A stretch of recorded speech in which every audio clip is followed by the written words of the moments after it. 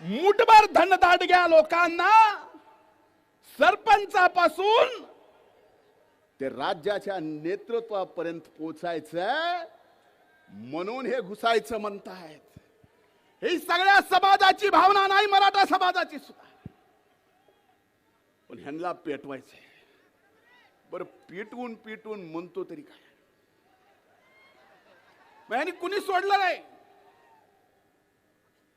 अरे कधी कधी माणूस असण्याची, कधी कधी जिवंत असण्याची, आणि हे सगळं ऐकून कसं सहन करावं याची सुद्धा मनाला भीती वाटते। माननीय मुख्यमंत्र्याची आयमाय काढली, भुजबळ साहेबांचं माझं तर काहीच सोडलं नाही।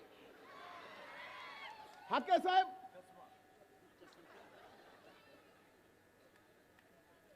मला तर कधीपासून पाडितोच म्हणतो, पाडितोच म्हणतो।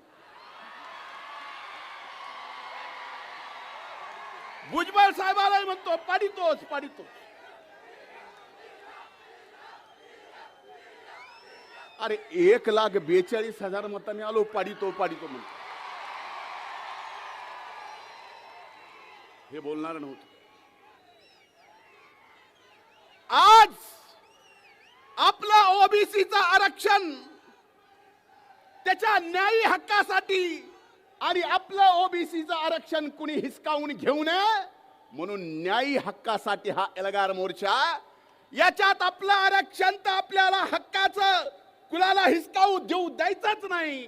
आणि या महाराष्ट्रात पुन्हा छत्रपती शिवाजी महाराजाचा स्वराज्यात उभा केलेला गावगाडा सुद्धा आपल्याला व्यवस्थित चालवायचा आहे। ही सुद्धा जबाबदारी आपण सर्वांनी घेतली पाहिजे। माणसात माणूस ठेवला नाही हो। मायचान सांगतो, लोकसभेच्या अगोदर काही ग्रामपंचायतीच्या निवडणुका झाल्या। नीट ऐका, आपल्याच बीड जिल्ह्यातलं गाव आहे, गावाचं नाव घेत नाही। ग्रामपंचायतीच्या निवडणुका लागल्या, काही सख्खे दोन भाऊ,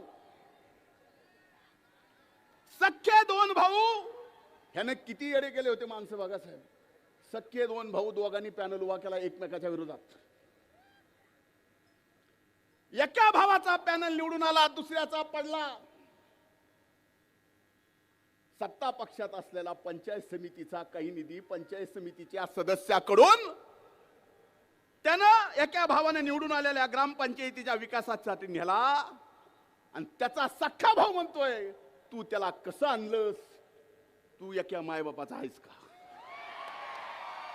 इतका विष पेरावा, एवढा विष पेरलेला या छत्रपती शिवाजी महाराजांच्या महाराष्ट्राला, या पुरोगामी महाराष्ट्राला, या शाहू फुले आंबेडकरांच्या महाराष्ट्राला परवडणार आहे का?